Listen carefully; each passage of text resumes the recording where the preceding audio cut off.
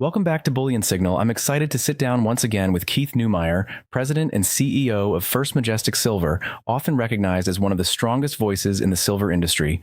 Earlier today, the company released its second quarter production update, so we'll discuss that shortly. But first, let's look at the bigger picture and what has been happening in the silver market. The last time we spoke was back in March, and although silver has pulled back from its recent highs, prices are still far stronger than they were just a few years ago. So Keith, how do you view the current market? Keith explained that while everyone enjoys seeing silver trade at extremely high levels, corrections are a completely normal part of every major bull market.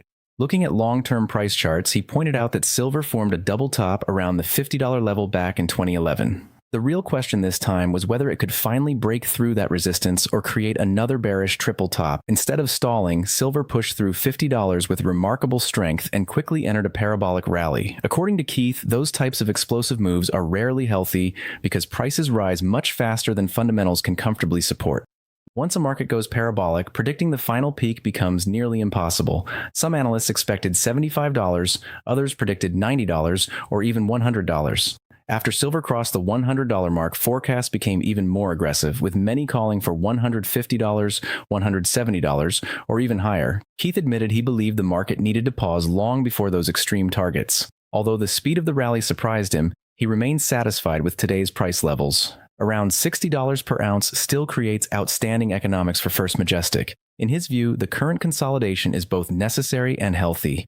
Whether it lasts several months or even a year is impossible to know, but he remains convinced that triple-digit silver prices will eventually return. When asked whether something inside the market had actually broken during silver's rapid surge toward $120, Keith said the paper market clearly came under severe pressure. During the rally, buyers around the world were desperately searching for physical silver. Because First Majestic operates its own mint and maintains significant vault inventories, the company was able to supply a large buyer in the United States that urgently needed metal. He explained that many paper contracts simply were not backed by enough physical silver.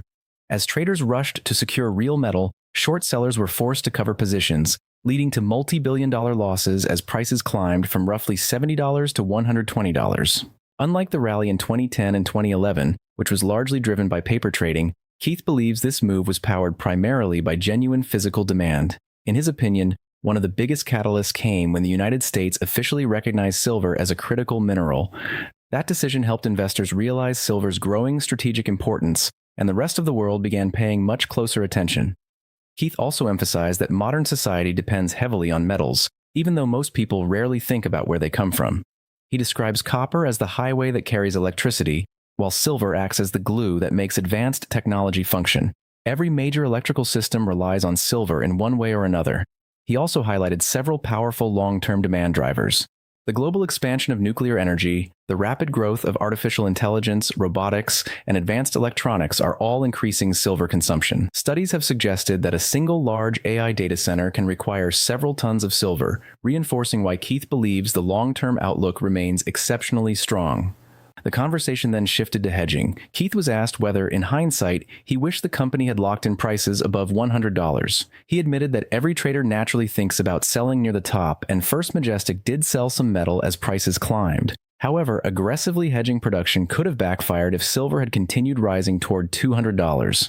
Investors own First Majestic largely because the company maintains direct exposure to spot silver prices, and Keith believes that philosophy continues to serve shareholders well. Finally, he confirmed that First Majestic always keeps physical silver in its vaults. At the time of the interview, roughly 500,000 ounces were stored in Las Vegas. Most of that inventory supports the company's minting operations rather than representing a deliberate strategy to withhold supply, although maintaining physical inventory remains an important part of the business, while the company continues producing roughly 15 million ounces of silver each year, with around 10% allocated to its mint. To make sure there's always flexibility, First Majestic keeps a reserve of physical silver on hand. That proved especially valuable when buyers from both Europe and the United States were urgently searching for metal. Having inventory readily available meant the company could supply those customers immediately while also earning a healthy premium above the spot price. Since the silver is stored in the company's own facilities, there are no outside storage costs, making it an even better business decision. Keith was also asked about his well-known triple-digit silver shirt. Earlier in the year, he had suggested that once silver reached $100, he would stop making price predictions. So why was he wearing the shirt again? He explained that although he still believes triple-digit silver will eventually return, he actually hopes it doesn't happen too quickly. In his view, the market first needs time to stabilize at these higher levels. The old resistance around $50 has now transformed into a strong support zone, and that's an important technical development. Healthy bull markets build solid foundations before making another major advance. Ideally, he would like to see silver spend the next year trading somewhere between roughly $60 and $80 per ounce. That kind of steady consolidation would create a much stronger platform for the next long-term move. When asked what is driving silver prices today, Keith said that market sentiment remains the biggest factor. The physical demand for silver hasn't changed much since the dramatic rally earlier in the year. What changed was the pressure inside the paper market. During the surge toward $120, short sellers were forced to cover massive positions, creating an extraordinary squeeze. Meanwhile, real-world demand has continued growing. As more industries adopt electrification, artificial intelligence, robotics, and advanced technologies, silver consumption keeps expanding. Unlike the paper market, those industrial trends continue moving in one direction. Keith also noted that exchange data paints a very different picture today. A year ago, short positions across major exchanges were estimated to be around 800 million ounces. Now they're believed to be under 200 million ounces. That suggests banks have dramatically reduced their exposure, making the overall market much healthier than it was during the squeeze. From his perspective, that's exactly what should happen after a major breakout. Drawing on his experience as a former bank trader, Keith explained that institutional traders typically operate within established price ranges. For decades, silver traded inside a fairly predictable band. Banks became comfortable selling near the top of that range and buying near the bottom. Once silver finally broke above that long-term ceiling, the entire strategy fell apart. Traders who had relied on that pattern suddenly found themselves trapped as prices kept climbing. Many were forced to exit losing positions, and after suffering those losses, Keith believes they have little interest in repeating the same mistake. Compliance departments inside major financial institutions likely became far more cautious after witnessing what happened. The discussion then turned to the sharp increases in margin requirements imposed by the CME during the rally. Keith didn't hide his frustration. In his opinion, raising margins at the height of a squeeze protects large banks far more than ordinary investors. He argued that futures markets were originally designed to help mining companies hedge production risk, but over the years they have become dominated by financial institutions. Instead of supporting producers and improving price discovery, the system now largely serves the interests of major banks. Keith considers this one of the biggest flaws in the way precious metals are priced today. Higher margin requirements also had real-world consequences throughout the supply chain. Keith offered a simple example. A trader with a $250 million credit line could control roughly 10 million ounces of silver when prices were around $25 per ounce. But once silver reached $100, that same credit line only supported about 2.5 million ounces. Buying power shrank dramatically overnight. That reduction rippled through the entire market. Refiners found it much harder to purchase metal, and local bullion dealers were affected as well. Normally, if someone walked into a coin shop wanting to sell 1,000 ounces of silver, the dealer would buy it immediately and arrange shipment to a refinery, receiving payment within days. During the squeeze, many refiners simply stopped accepting new deliveries because financing became too expensive. As a result, numerous retail dealers across both North America and Europe temporarily stopped buying physical silver from customers. The conversation ended by touching on Asia. Keith said the company regularly receives inquiries from buyers in countries like India and China, along with interest from many other parts of the world. However, because First Majestic is a publicly listed company in both New York and Toronto, strict compliance and customer verification rules limit who they can conduct business with.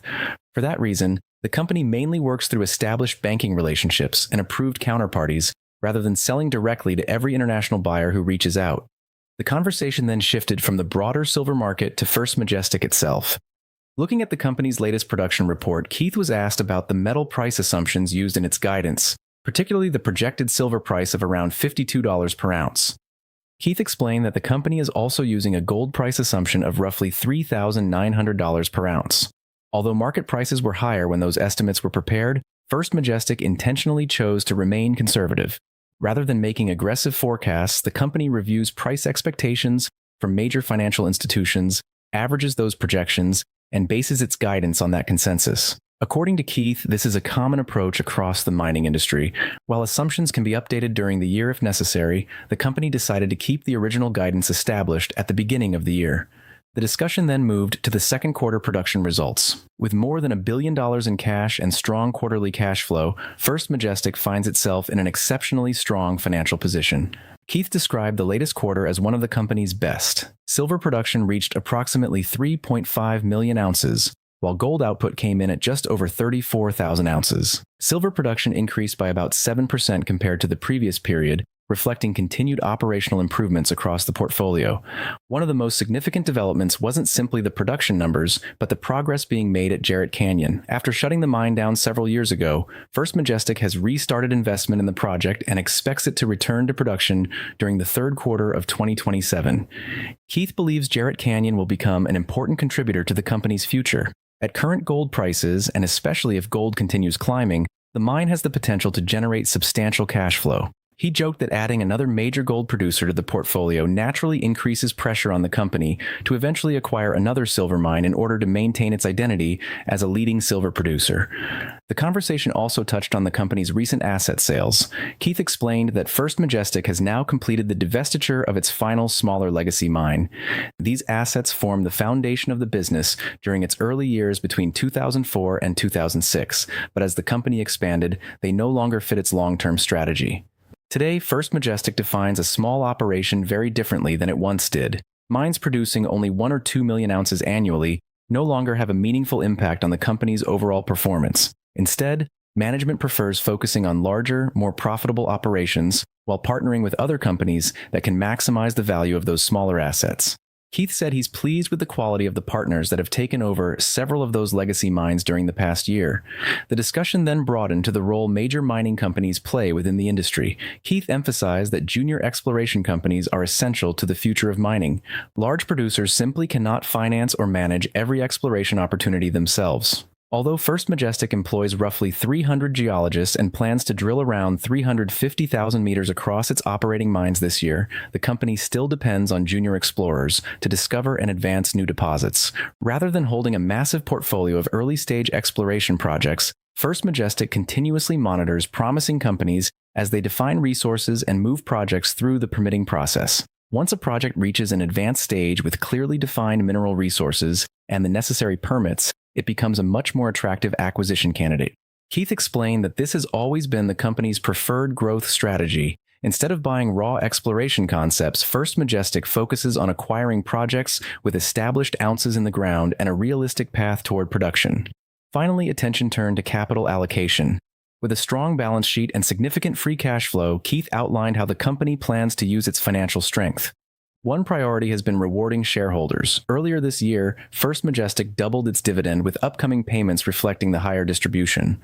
While Keith admitted he would eventually like the dividend to become even larger, he believes it's important to remain disciplined as the company adjusts to this new level of profitability. Unlike many companies that pay a fixed dividend, First Majestic bases its shareholder payout on revenue. The distribution has now increased from 1% of revenue to 2%. Allowing investors to benefit directly as the business grows. In addition to higher dividends, the company has also been repurchasing its own shares. During the second quarter alone, First Majestic bought back nearly 1 million shares, demonstrating management's confidence in the company's long-term value while returning additional capital to shareholders. Keith confirmed that First Majestic plans to continue repurchasing its own shares on a regular basis.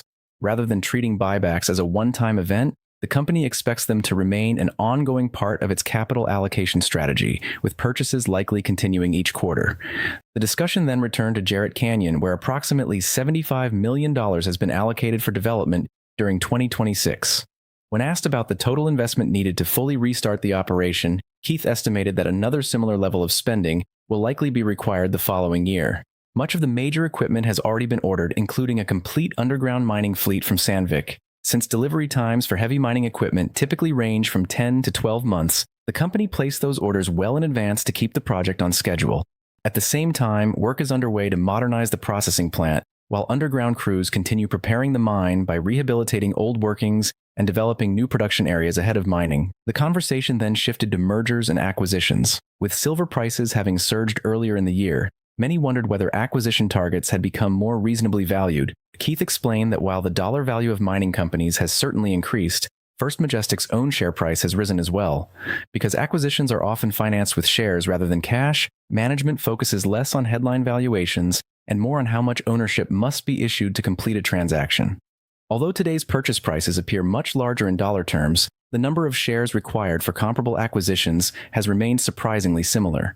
As always, balancing shareholder expectations remains a challenge. Keith acknowledged that investors rarely agree on the best use of excess cash. Some believe the company should prioritize larger dividends, while others would rather see every available dollar invested back into growth. Some support aggressive share buybacks, while others oppose them entirely. In the end, management's responsibility is to find a balanced approach that creates long-term value rather than trying to satisfy every opinion. Looking ahead to the rest of the year, Keith said the primary focus remains on generating strong cash flow and maintaining profitability.